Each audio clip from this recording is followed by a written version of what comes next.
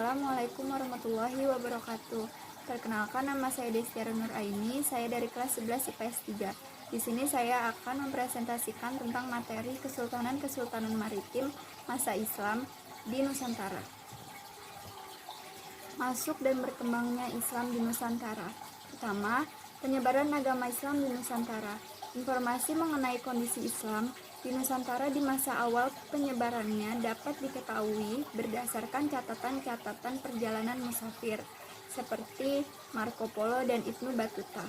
Bangsa Arab, Persia, dan Gujarat memainkan peran besar dalam proses penyebaran Islam di Nusantara.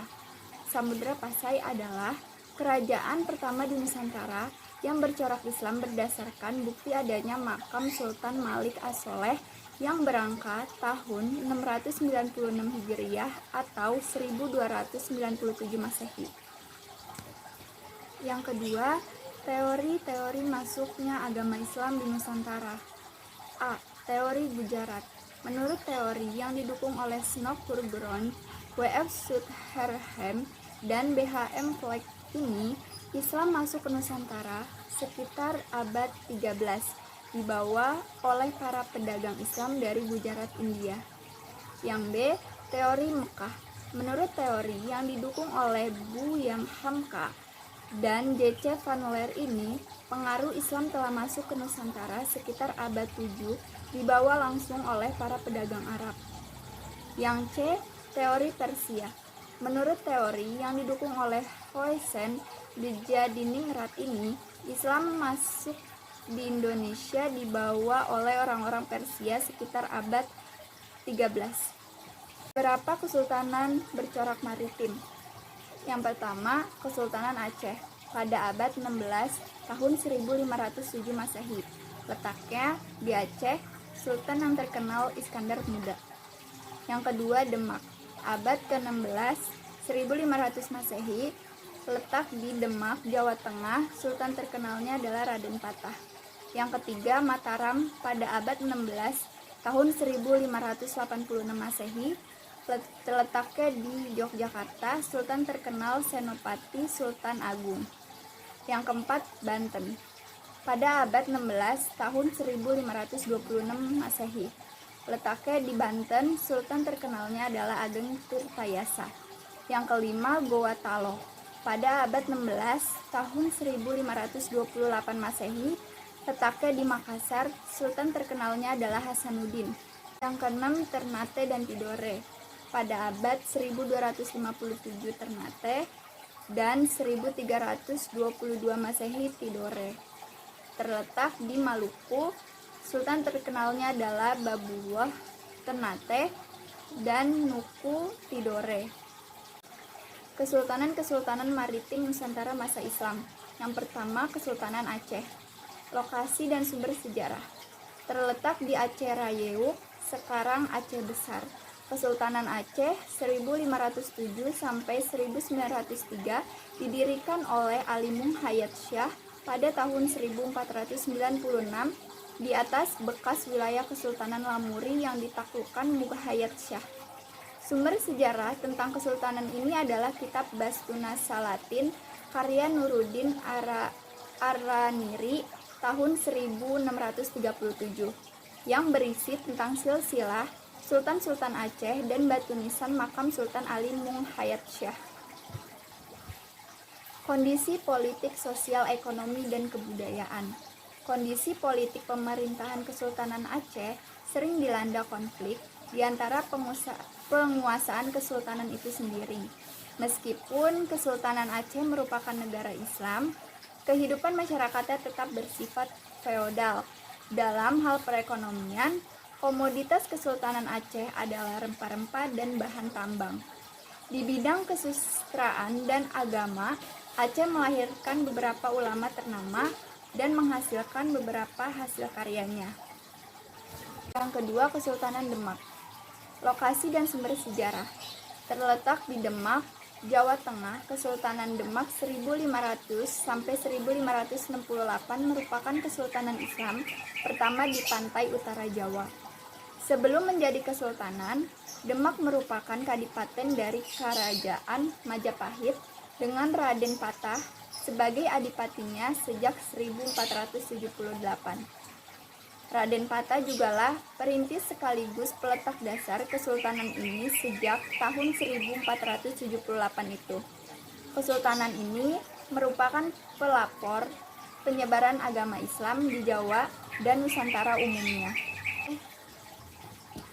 Kondisi politik, sosial, ekonomi, dan kebudayaan.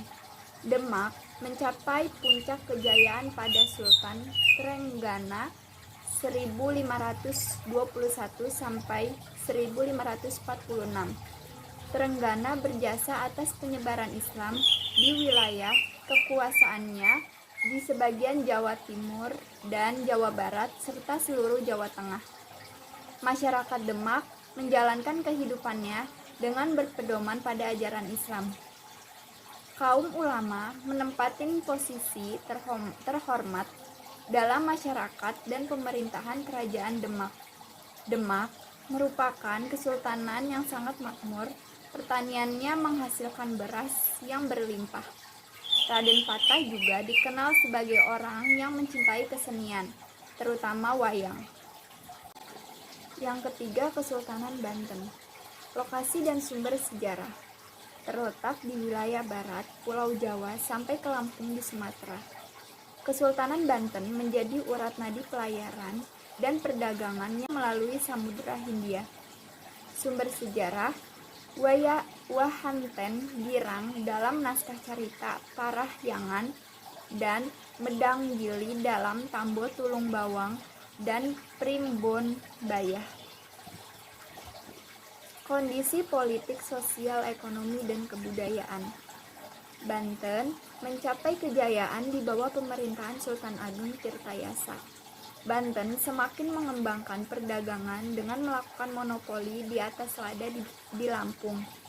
Beberapa tradisi yang ada di Banten dipengaruhi oleh perkembangan Islam di masyarakat. Misalnya pada kesenian bela diri debus. Yang keempat, Kesultanan Mataram. Lokasi dan sumber sejarah.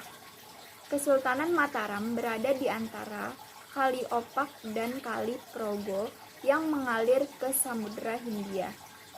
Pada 1586, Penembahan Senopati memindahkan pusat pemerintahan dari Pajang ke Mataram. Kesultanan Mataram Islam tidak ada hubungannya dengan Kesultanan Mataram Hindu, kebetulan saja memakai nama yang sama. Kondisi politik, sosial, ekonomi, dan kebudayaan. Pada tahun 1625, hampir seluruh Jawa berada di bawah kekuasaan Mataram. Struktur masyarakat terbagi menjadi golongan raja, golongan elit, golongan non-elit, dan hamba sahaya. Kegiatan perekonomian yang diterapkan Sultan Agung bercorak agraris dan maritim. Pada masa pemerintahan Sultan Agung, dia dikenal sebagai seorang ahli politik, sastra, filsafat Jawa, serta agama. Lokasi dan sumber sejarah. Letak Kesultanan Ternate secara geografis berada di Kepulauan Maluku, antara Sulawesi dan Papua. Letak tersebut sangat strategis dan penting dalam dunia perdagangan masa itu. Kondisi politik, sosial, ekonomi, dan kebudayaan. Kesultanan Ternate mengalami kemajuan baik di bidang politik, ekonomi, dan perdagangan pada masa Sultan Hairun. Kehidupan ekonomi Kesultanan Ternate didukung oleh hasil bumi utamanya, yaitu rempah-rempah serta kegiatan perdagangan dan pelayaran yang maju. Kesultanan Ternate memiliki andil yang sangat besar terhadap kebudayaan Nusantara bagian timur. Ini adalah lukisan yang menggambarkan kondisi perairan Kesultanan Ternate. Yang kelima, Kesultanan Tidore. Lokasi dan sumber sejarah. Secara geografi, Kesultanan Tidore terletak di Kepulauan Maluku, antara Sulawesi dan Papua.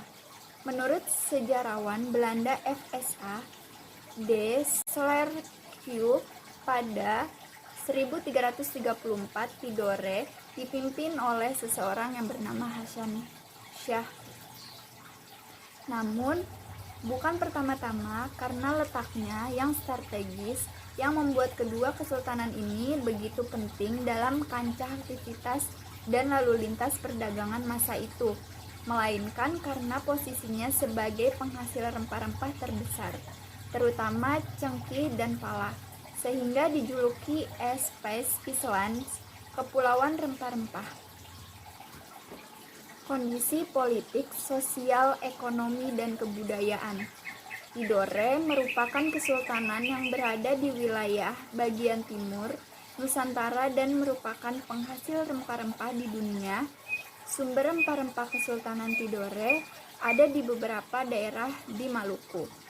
Terdapat Istana Sultan Tidore yang disebut sebagai Kedaton Ki, dan terdapat benteng Portugis seperti Benteng Tohula dan Benteng Torre. Yang keenam, Kesultanan Goa Talo. Lokasi dan sumber sejarah.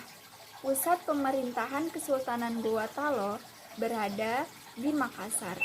Kesultanan Goa dan Talo sering disebut sebagai Kesultanan Makassar.